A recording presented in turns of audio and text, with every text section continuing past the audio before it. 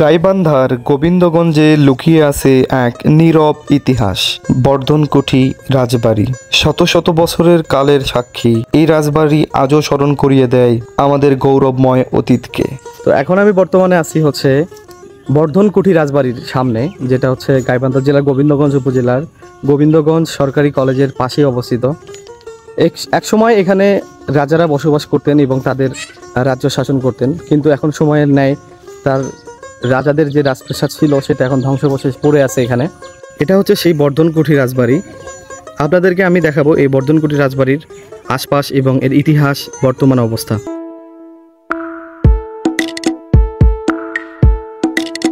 1400 শতাব্দীর শেষের দিকে প্রতিষ্ঠিত হয়েছিল এই রাজবংশ। একে একে প্রায় 144 জন রাজা শাসন করেছেন এই জনপদ। রাজা রাজেন্দ্র নারায়ণ থেকে শুরু করে শাসনের এই ধারা চলেছে দীর্ঘকাল।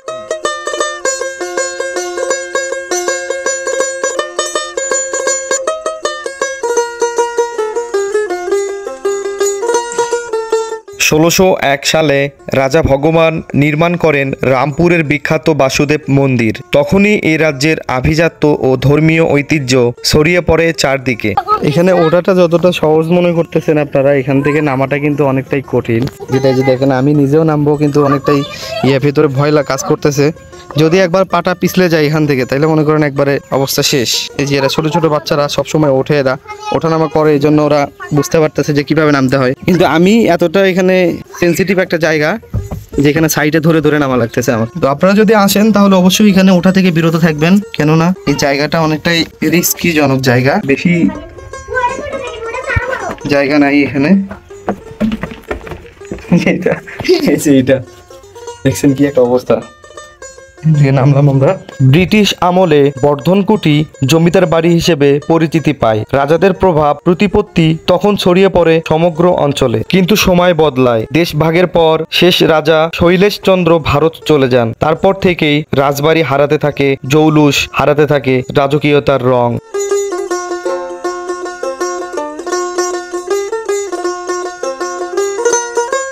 তো আপনারা যদি এখানে আসেন অবশ্যই এটার উপরে ওঠা থেকে বিরত থাকবেন, কেননা উপরে উঠলে আপনাদের কাছে অনেক রিস্কি হবে এটা।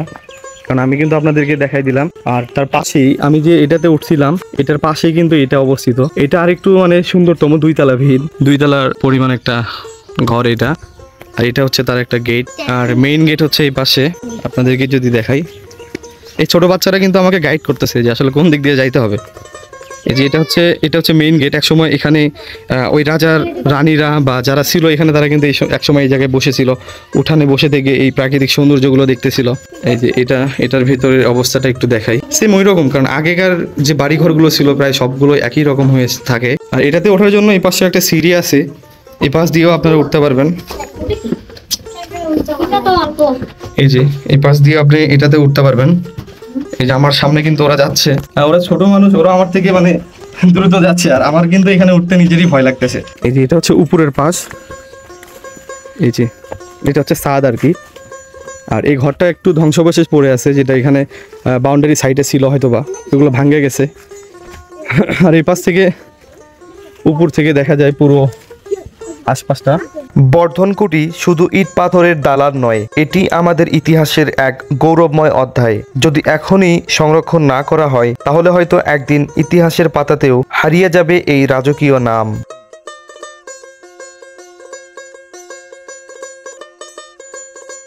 ওরা কিন্তু আমার আগে আগে যাচ্ছে, ওরা এতটাই সাহসী ধরা যায়, কারণ ওরা এখানে অভ্যস্ত, সবসময় আসে ওরা।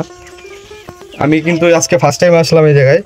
আজকে আমি এত দূর উঠলাম, আমার কাছে খুবই ভালো লাগতেছে। আসলে আগেকার ঘর বাড়িগুলো এরকমই হয়। আপনি যদি এখানে আসতে চান তাহলে বাংলাদেশের যে কোনো জায়গা থেকে আপনাকে আসতে হবে বগুড়া কিংবা গাইবান্ধা শহরে। সেখান থেকে সহজেই পাওয়া যায় লোকাল বাস কিংবা সিএনজি। সেখান থেকে লোকাল বাস কিংবা সিএনজিতে আসতে হবে গোবিন্দগঞ্জ চারমাথায়। গোবিন্দগঞ্জ চারমাথা থেকে আপনাদেরকে আসতে হবে গোবিন্দগঞ্জ সরকারি কলেজে। গোবিন্দগঞ্জ সরকারি কলেজের পাশেই এই বর্ধনকুটি রাজবাড়িটি অবস্থিত।